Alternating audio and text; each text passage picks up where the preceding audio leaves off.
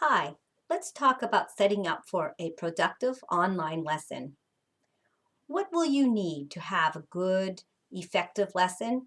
Well, first off, you need a solid internet connection.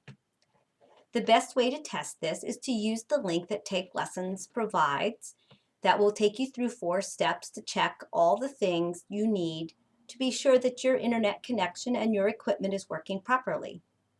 My favorite page is page number 3 on this test, where you'll have your video shown and you'll be able to see how the angles are and how things look that will be transmitted for me to see what you're doing as you take a lesson.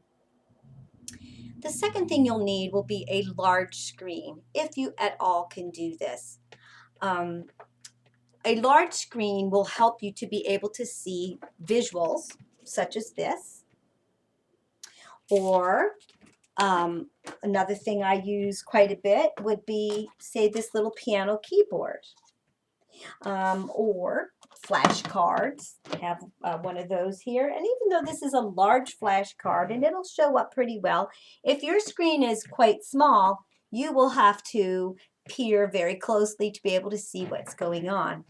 So a large screen is helpful for seeing visuals, and even more important for being able to see specific techniques that we might need to go over and demonstrate. So if you can use a laptop or a personal computer with a screen, that is always the best thing to do.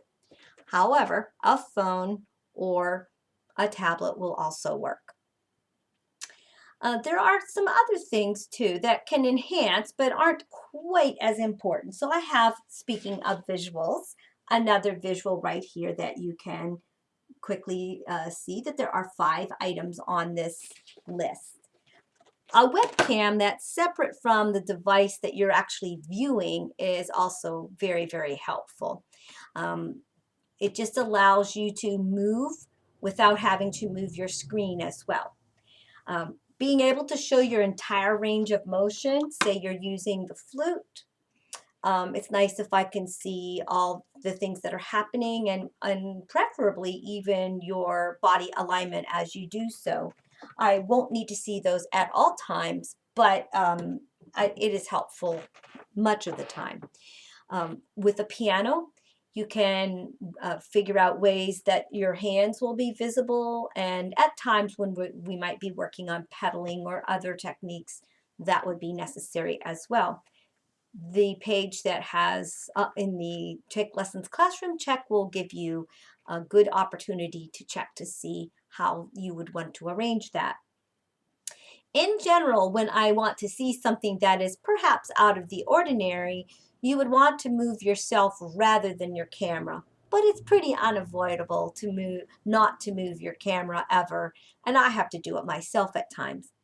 Um, in that process of moving my camera, it's very much helped by using a tripod. And tripods are not so expensive anymore. You can get them online or at discount stores. You can get tall ones or ones that just sit on a tabletop, or even ones to use with your phone. So I highly recommend looking into a tripod that might work for your situation.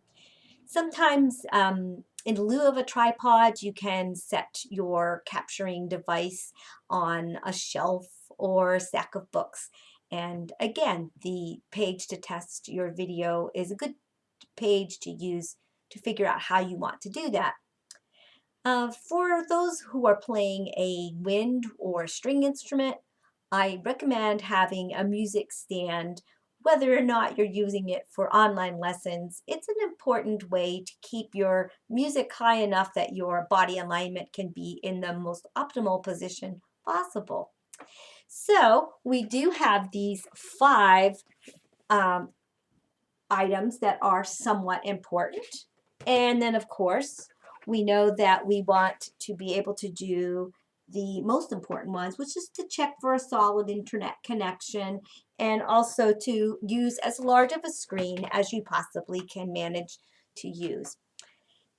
Together, we can have lots of productivity in our lessons, and having our equipment in the best order we can is a giant step in that direction.